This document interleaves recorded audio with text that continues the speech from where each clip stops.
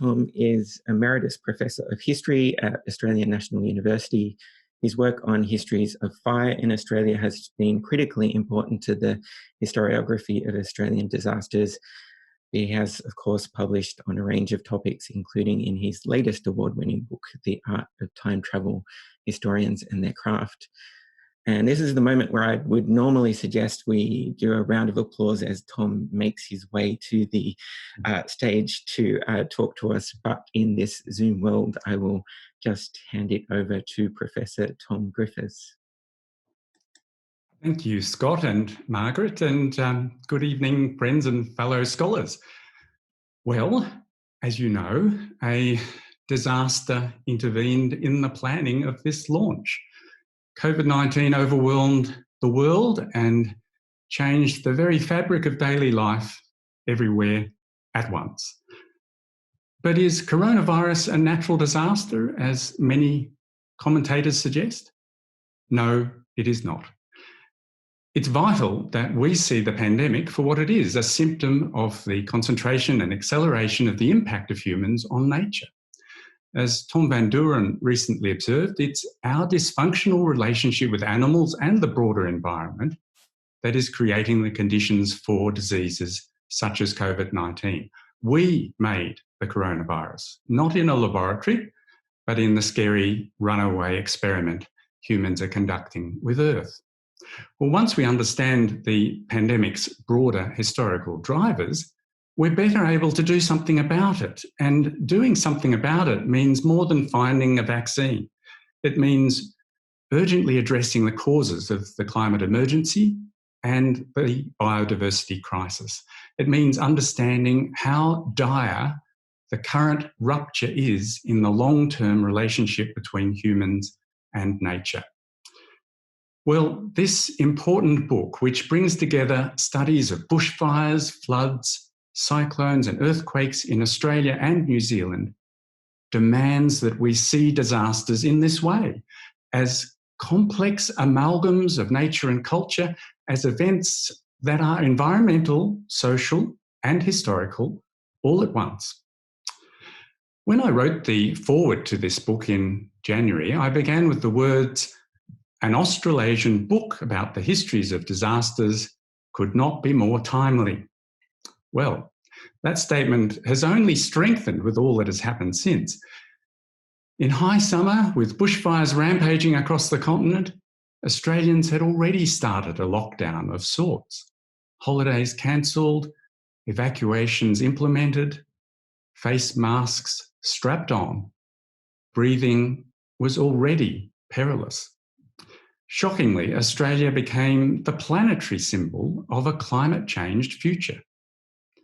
And as people suffered, survived, and began recovery, they instinctively looked for historical understanding of their experience, about what had just happened to them and why, about what they felt and remembered, and about how others had coped with such challenges in the past.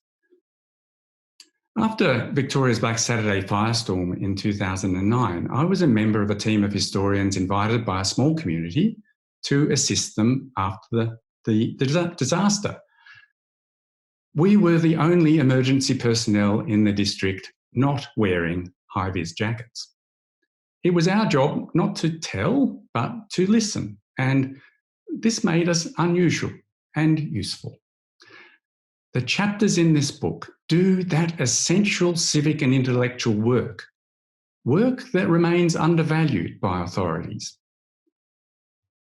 It's also regrettable that disaster histories are rarely written by historians. They're more often delivered by disaster scientists and policy wonks.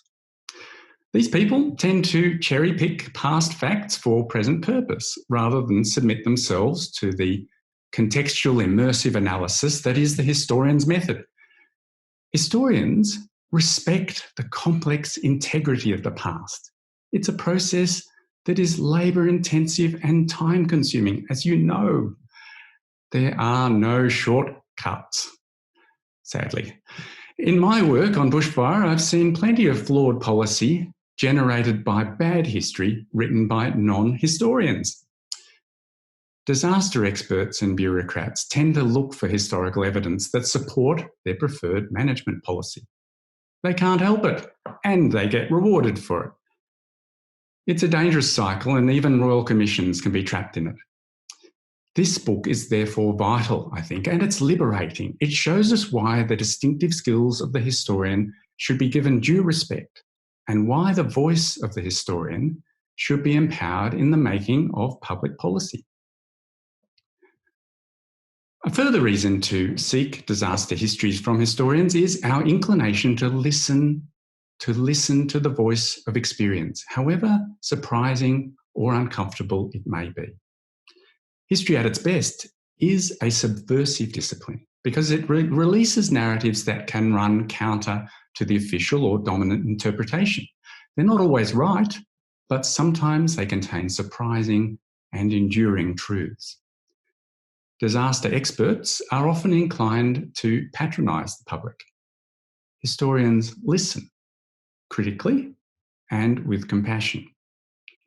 I'm able to say these things confidently because this book shows how it's done.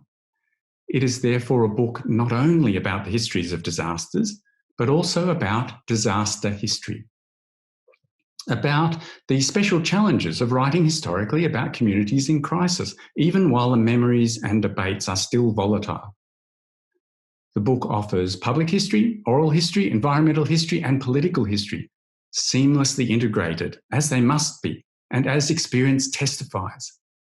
It also showcases the best new scholarship in the field by historians, and so we see here an exciting new generation at work.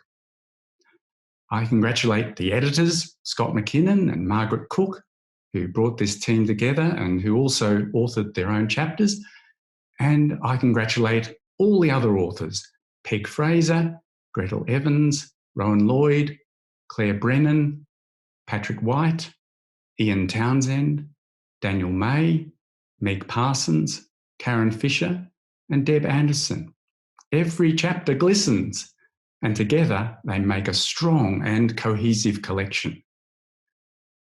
Now, the elements once lay outside the domain of human history, set aside as acts of God.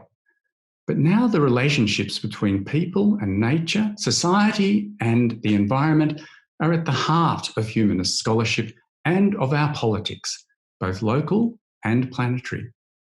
The Anthropocene has engulfed us, and nature and culture cannot be teased apart. And histories of disaster expose that amalgam for intelligent and urgent scrutiny.